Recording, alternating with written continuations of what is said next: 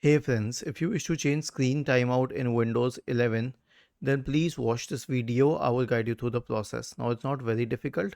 Here's what you have to do.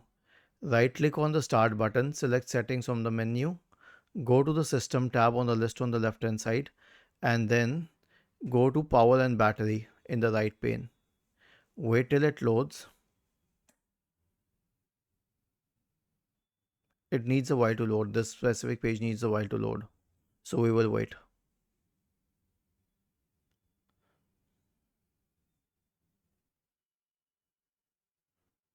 Okay, once this is done, expand this list for screen sleep and hibernate timeouts. Now, you can change the time after which your screen should turn off.